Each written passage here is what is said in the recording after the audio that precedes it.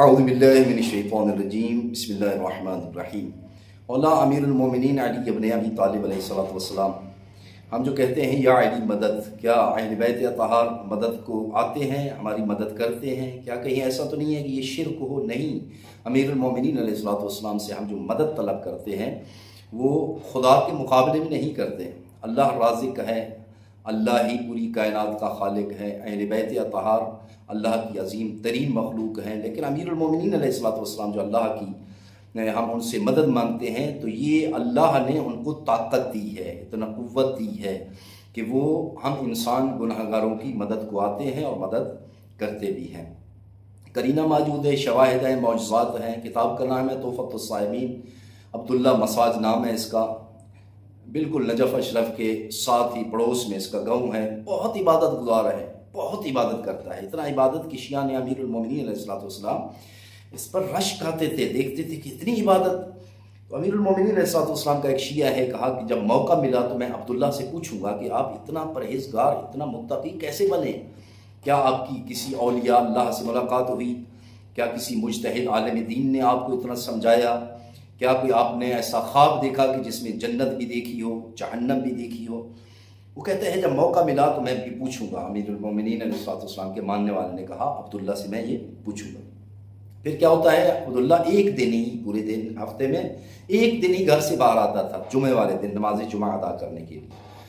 وہ بندہ کہتے ہیں میں انتظار کرنے لگا، جمعہ کا روز تھا، جناب عبداللہ باہر آئے تو عبداللہ کے گھر کے ساتھ ایک چشمہ تھا جنگل میں، وہاں جا کر وہ غسل کرتے اور پھر نماز جمعہ ادا کرتے اور پھر گھر چلے جاتے۔ کسی نے پوچھا بھی تھا کہ عبداللہ آپ محفل میں نہیں بیٹھتے، کوئی گفتگو بات؟ انہوں نے کہا جی مجھے اچھا نہیں لگتا یہاں، جو کہ ہو سکتا ہے کوئی کسی کی غیبت کر رہا ہو یا میں غیبت کروں، تو اس گناہ سے بچنے کے لیے مجھے تنہائی بہترین میرا دوست ہے، اللہ کی عبادت کرتا ہوں، اللہ کی حمد و ثنا کرتا ہوں، مجھے یہ محفلیں اچھی نہیں لگتی۔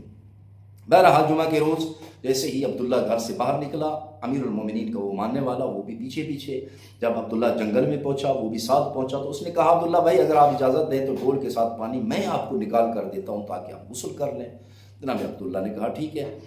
تو وہ بندہ کہتے ہیں جیسے ہی جناب عبداللہ نے قمیض اتاری، عبداللہ ابن مساج نے قمیض اتاری تو میں نے دیکھا کہ اس کی پشت پر ایک کٹ کا نشان ہے۔ میں بڑا حیران ہو گیا، اور وہ تلوار کا نشان تھا۔ تو میں حیران ہو گیا ہوں، چونکہ عرب میں اگر کسی کی پشت پر نشان ہو تو اس کو اچھا نہیں سمجھا جاتا تھا کہ یہ کسی جنگ سے بھاگا ہوگا، یہ بزدل انسان ہے، اور بھاگتے ہوئے اس کو پیچھے سے کوئی وار لگا، کوئی تلوار، کوئی نیزہ، یہ اسی چیز کا جو ہے نا نشان اور کٹ ہے۔ کہتا ہے جو میں بات پوچھنے گیا تھا وہ بات ادھر ہی رہ گئی۔ میں نے کہا عبداللہ بھائی اگر آپ ناراض نہ ہوں تو میں آپ سے بات پوچھنا چاہتا ہوں، یہ آپ کی پشت پر ایک کٹ نشان یہ کیسا ہے؟ اس نے ایک ٹھنڈی سانس نکالی، آہ بھری، کا کاش کہ آپ مجھ سے یہ نہ پوچھتے، یہ بہت بڑا راز ہے۔ کہا کہ میں نے قسم کھائی تھی کہ کسی کو نہیں بتاؤں گا۔ انہوں نے بارہا کہا نہیں عبداللہ بھائی، ہم پیر بھائی ہیں، مہربانی کریں آپ مجھے بتائیں یہ کٹ کیسا ہے۔ تو عبداللہ نے کہا کہ اگر تم مجھ سے وعدہ کرو کہ یہ بات آپ کی اور میرے درمیان رہے گی میری زندہ ہونے تک، میرے مرنے کے بعد دل چاہے تو بتا دینا۔ انہوں نے کہا جی میں وعدہ کرتا ہوں انشاءاللہ میں یہ بات آپ کی، یہ راز میرے اندر ہی رہے گا۔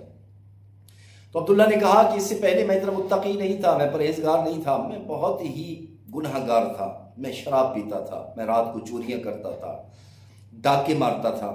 کہا ایک دن ہم دوستوں کے ہاں کسی کے ہاں دعوت تھی، ہم وہاں شراب و کباب عیاشی کر رہے تھے کہ وہاں سے فارغ ہوئے تو ایک دوست نے کہا کہ پرسوں عبداللہ کے گھر ہم تمام بندوں کی دعوت ہوگی اور یہ کھانا اور یہ شراب سب کچھ عبداللہ کے گھر میں ہم پئیں گے۔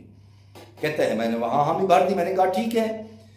اب کہتا ہے میں گھر آ گیا، میں نے اپنی بیوی کو بتایا، بیوی نے کہا کہ گھر میں تو کچھ نہیں ہے کھانے کے لیے، آپ کے دوستوں کو میں کیا بنا کر کھلا دوں؟ انہوں نے کہا آپ اس چیز کی پرواہ نہ کریں، اس کا اہتمام میں کر لوں گا۔ کہتا ہے چونکہ میں نے شراب پی ہوئی تھی، میں گھوڑے پر سوار ہوا، گھوڑا دوڑایا، وہ راستہ کہ جو نجف کی طرف جاتا تھا اسی راستے میں رات کے عالم میں آ کر بیٹھ گیا کہ یہاں سے کوئی نہ کوئی تو گزرے گا ہی صحیح، جو گزرے گا میں اس کو لوٹوں گا، ان کا مال جو ہے نا چھین لوں گا اور اسی کے ساتھ اپنے دوستوں کو دعوت دوں گا۔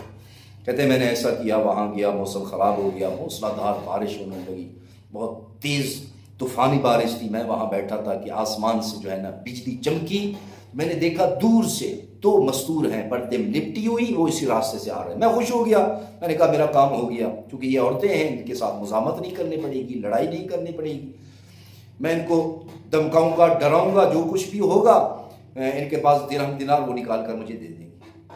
کہتے ہیں جیسے ہی وہ عورتیں نزدیک گئیں میں ان کے راستے کے سامنے آگے کھڑا ہو گیا. میں نے کہا جی تمہارے پاس جو کچھ ہے مجھے دو.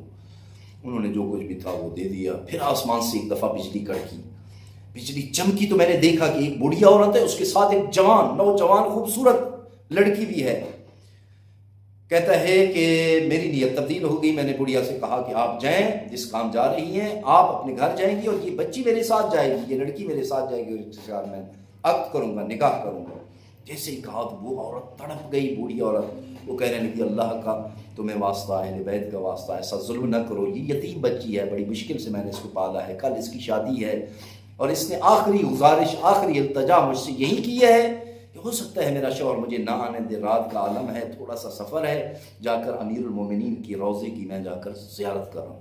ہم زیارت کے لیے جا رہے تھے, ایسا ظلم مت کرو, یتیم بچی ہے. کہتی عبداللہ کہتا ہے وہ کافی باتیں واسطے دیتی رہی لیکن مجھ پر کوئی اثر بھی نہ پڑا. میں نے بازو سے پکڑا اس بچی کو, یہ 2-4 قدم میں چلا ہی تھا کہ پیچھے میں نے گھوڑوں کی ٹاپوں کی آواز اپنے کانوں میں سنی. میں نے پیچھے دیکھا ایک سوار آ رہا ہے, سفید لباس ہے, سیاہ امامہ, اس کا چہرہ چھپا ہوا ہے, نزدیک ہے. اس نے ایک آواز دی کہ اس بچی کو چھوڑ دو. میں نے کہا راہی اپنا راستہ لے اور جہاں جا رہے ہو جاؤ, یہ بچی میرے گھر ہی جائے گی.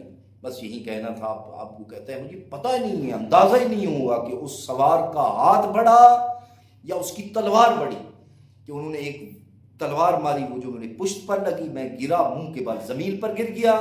جیسے ہی میں گرا وہ گھوڑے سوار زمین پر اترا, اس نے اس بڑھیا کو اٹھایا جس کو میں نے دھکا دیا تھا اور زمین پر گر گئی تھی, اس کو اٹھایا. وہ بچی بھی آ گئی.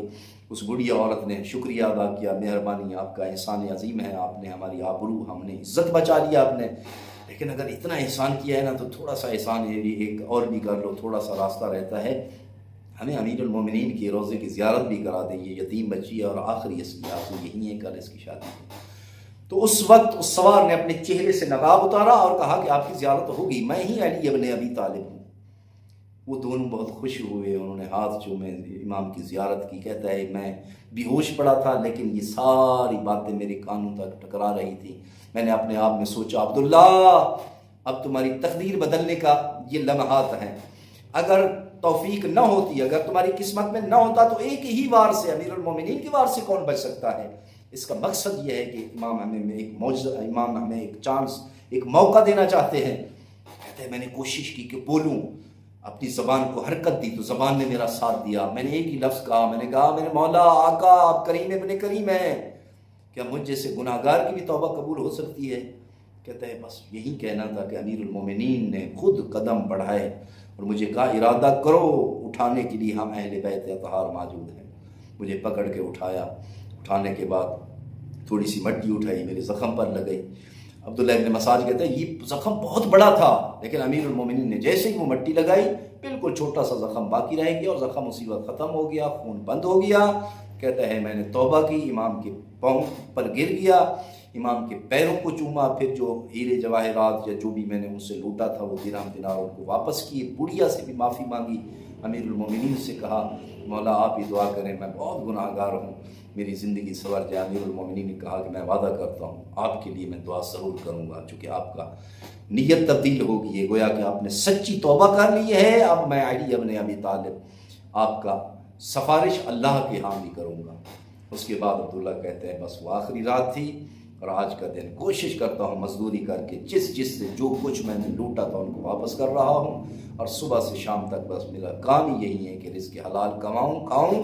اور قیامت والے دن جب علی ابن ابی طالب علیہ الصلوۃ والسلام کے ساتھ سامنا ہو تو میں ان کو کہہ سکوں کہ مولا جو آپ کے ساتھ میں نے وعدہ کیا تھا وہ وعدہ میں نے پورا کیا.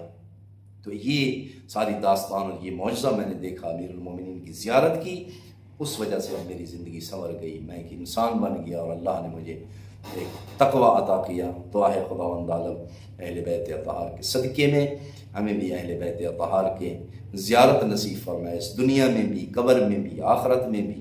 السلام علیکم ورحمۃ اللہ وبرکاتہ.